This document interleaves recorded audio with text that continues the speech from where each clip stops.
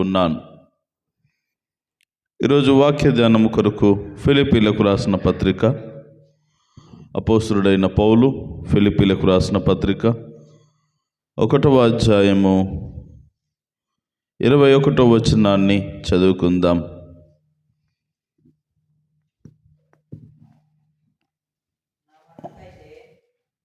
నా మట్టుకైతే బ్రతుకుట క్రీస్తే, చావైతే లాభము. పౌలు భక్తుడు చెప్పినటువంటి మాట, నా మట్టుకైతే బ్రతుకుట క్రీస్తే, చావైతే లాభమే అని తన నిర్ణయాన్ని, తన ఆశయాన్ని ఇక్కడ వ్యక్తపరిచినట్లుగా మనం చూస్తూ ఉన్నాం. తను సగర్వంగా మనమందరము క్రీస్తు కొరకే బ్రతకాలా, సచిన క్రీస్తు కొరకే చావాలా అని అందరికీ ఒక సందేశాన్ని ఇవ్వవచ్చు. కానీ ఇది ఎవరి వ్యక్తిగతంగా వారే దేవుని కొరకు తీసుకోవలసినటువంటి నిర్ణయం. అందుకని నా మట్టుకైతే అనే పదాన్ని అక్కడ ఉపయోగించాడు. ఇదే సందర్భాన్ని యెహోషువ కూడా చెప్తాడు. ఒక సందర్భంలో చివరిలో మనం గమనిస్తాం, నేనును నా ఇంటి వారును యెహోవాను సేవిస్తాం.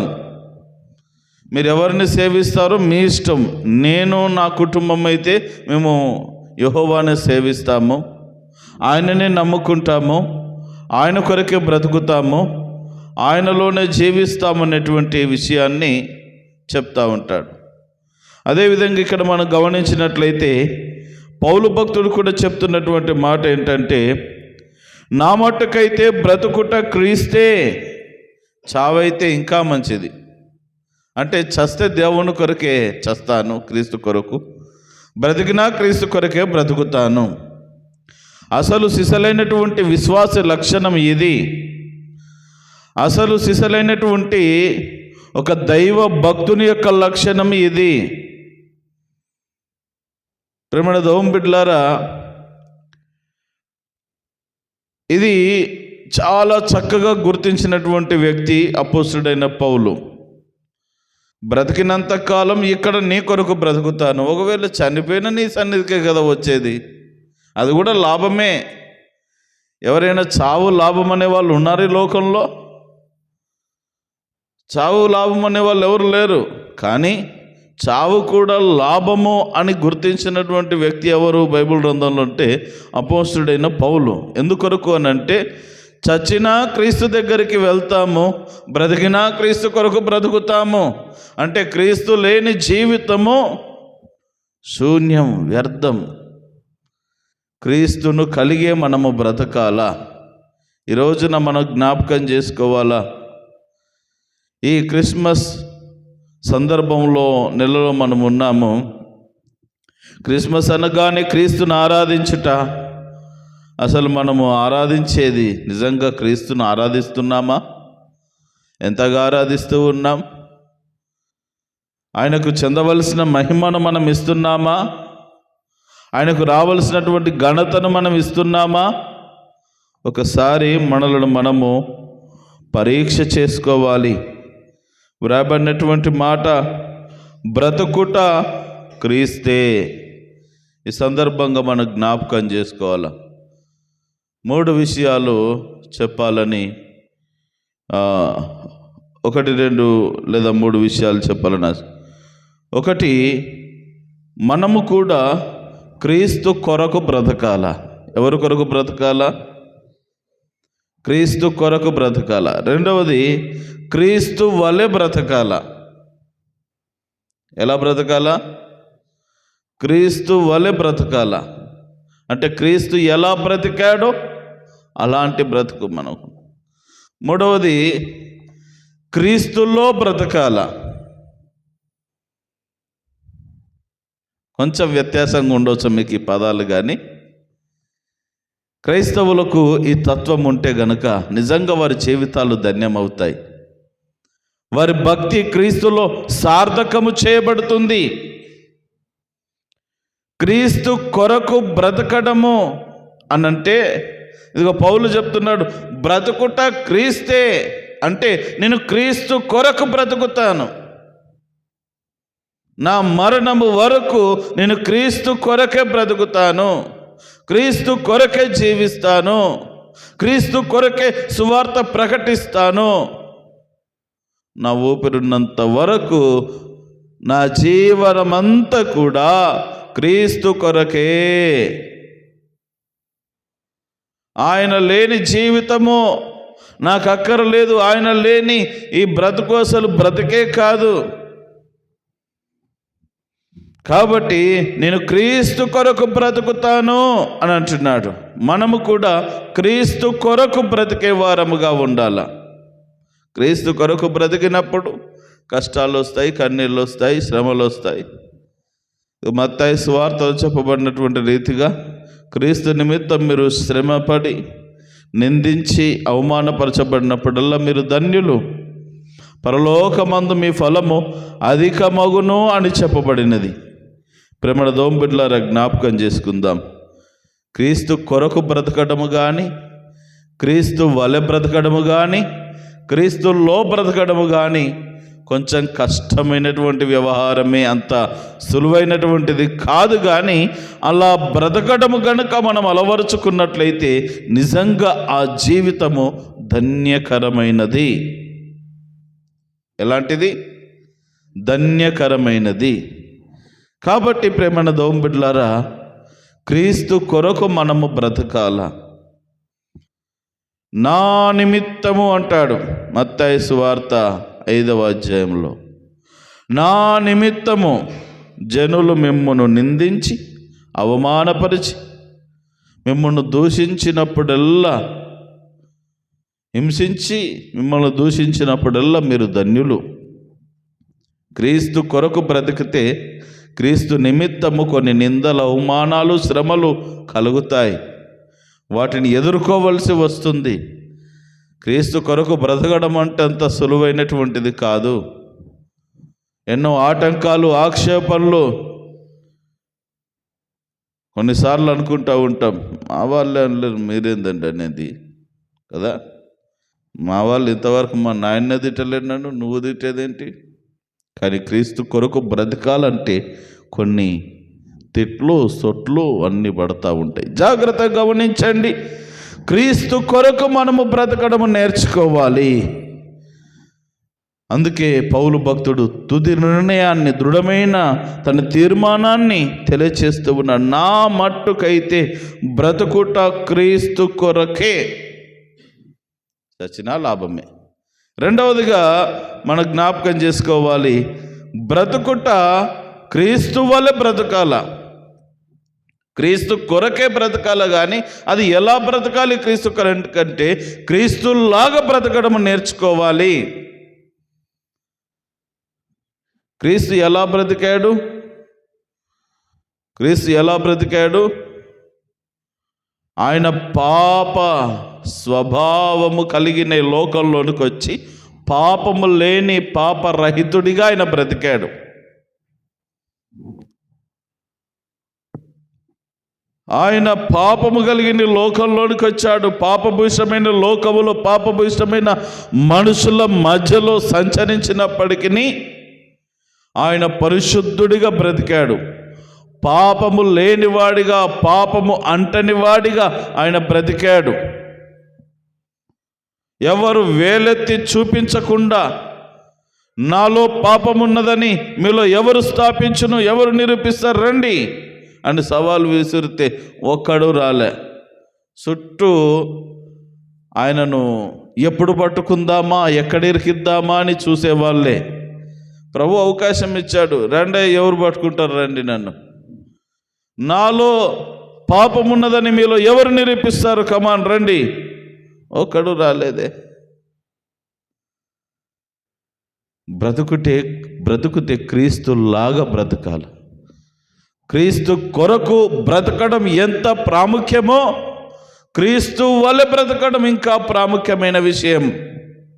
పరిశుద్ధంగా జీవించాలి. పవిత్రమైన మాటలు, పవిత్రమైన వైఖరి, పవిత్రమైన చూపు, పవిత్రమైనటువంటి విధానంలో మనము బ్రతకాల. ప్రేమణ దోంబిడ్లారా, జ్ఞాపకం చేసుకుందాం. ఆయన కనికరం ఉన్నది, ప్రేమ ఉన్నది, జాలి ఉన్నది. అయ్యో, రోగులు వచ్చినప్పుడు, పాపము చేసినటువంటి వాళ్ళు వచ్చినప్పుడు అయ్యో అని కనికరించాడు. ఎవడన్నా గిలగిలగిల కొట్టుకుంటున్నా మనము చూసి సంతోషిస్తామే కానీ కనికరం ఉండదు. నువ్వు క్రీస్తు వల్ల బ్రతుకుతున్నావా? క్రీస్తు ప్రేమ నీలో ఉన్నదా? ఇదేనా క్రీస్తు నీకు చూపించిన మాదిరి? ప్రేమన్న దోంబిడ్లారా, కుష్ఠరోగులు అందరు మనుషులను చూసి దూరం వెళ్తూ ఉంటే ఆయన కుష్ఠరోగ దగ్గరికి వెళ్ళి వాటిని ముట్టి స్వస్థపరుస్తూ ఉంటాడు. ఎంతోమంది కన్నీళ్లను తుడిచినటువంటి ప్రభువు ఈ రోజున మరి ఒకరికైనా మనము సహాయం చేసే గుణాన్ని కలిగి ఉన్నామా? మేలు చేసే గుణాన్ని కలిగి ఉన్నామా అనేటటువంటిది ప్రశ్న. ఆయన మన కొరకు కలువరి శిలువలో ప్రాణము పెట్టాడు. సరే, మనం ప్రాణం పెట్టినక్కర్లేదు, ఎవరికైనా సహాయం చేసే తత్వాన్ని కలిగి ఉంటే చాలు కదా. కాస్త ప్రేమ చూపించే తత్వాన్ని కలిగి ఉంటే చాలు కదా. జ్ఞాపకం చేసుకుందాం. బ్రతుకుట క్రీస్తు కొరకు బ్రతకాల. బ్రతుకుట క్రీస్తు వలె మనము బ్రతకాల. మూడవదిగా, బ్రతుకుట క్రీస్తులోనే బ్రతకాల. క్రీస్తులోనే మనకు రక్షణ, క్రీస్తులోనే మనకు భద్రత, క్రీస్తులోనే మనకు విమోచన, క్రీస్తులోనే మనకు ఆశీర్వాదం. క్రీస్తు లేకపోతే మనకు ఏమీ లేదు. క్రీస్తు లేకపోతే మనకు ఏమీ లేదు. ఈ సంఘం కూడా అక్కర్లేదు. నువ్వు ప్రతిరోజు ఉదయం ఇక్కడ చేరి ప్రార్థన చేయవలసిన అక్కర్లేదు. ఇదంతా కూడా నువ్వు క్రీస్తులో ఉండడానికి నువ్వు చేయాలి. అందుకే 15వ అధ్యాయము యోహాను సువార్తలు అంటాడు కదా, నేను ద్రాక్షవల్లిని, మీరు తీగలు. మీరు నాలో ఉండాలి, నాతో అంటగట్టబడాలి. అంటే మనమందరం క్రీస్తులోనికి రావాలి. క్రీస్తుతో అంటకట్టబడిన జీవితాన్ని మనము జీవించాలి. క్రీస్తులో ఐక్యమైపోవాలి, క్రీస్తులో లీనమైపోవాలి. మరి ఉంటున్నామా? క్రీస్తులోనికి మనం వస్తున్నామా? క్రీస్తు మనలోనికి వస్తున్నాడా? మనం ఐక్యపరచబడుతున్నామా? వాక్యం ఇచ్చాడు, వాక్యం వినండి అయ్యా. మనం ఎంత వాక్యం వింటే అంతగా మనము క్రీస్తులోనికి వెళ్తాం, క్రీస్తు మనలోనికి వస్తాడు. ప్రభు భోజనం ఇచ్చాడు, మనం ప్రతి నెల నిర్వహిస్తూ ఉంటాం. ఆయన శరీరము, ఆయన రక్తము సాదృశ్యముగా మనకు అనుగ్రహించాడు. వాటిని తిని త్రాగినప్పుడు క్రీస్తు శరీరం, ఆయన మనలోనికి వస్తున్నాడు, మనము ఆయనలోనికి వెళ్తూ ఉన్నాం. దాని అర్థం అది. మరి క్రీస్తులోనికి, క్రీస్తు వలె, క్రీస్తు కొరకు, క్రీస్తులోనికి మనం వెళ్ళాలి. ప్రేమణ దోంబిడ్లారా, ఇది అసలు సిసలైనటువంటి క్రైస్తవ జీవితం. అందుకని బ్రతుకుట క్రీస్తు కొరకు, బ్రతుకుట క్రీస్తు వలె బ్రతకాలి, బ్రతుకుట క్రీస్తులో మనము బ్రతకాల. క్రీస్తులో బ్రతికితే అపవాది నిన్నేమి చేయలేడు, నీ దరిదాపులో కూడా రాడు. ఎందుకంటే నువ్వు క్రీస్తులో నిలిచి ఉన్నావు.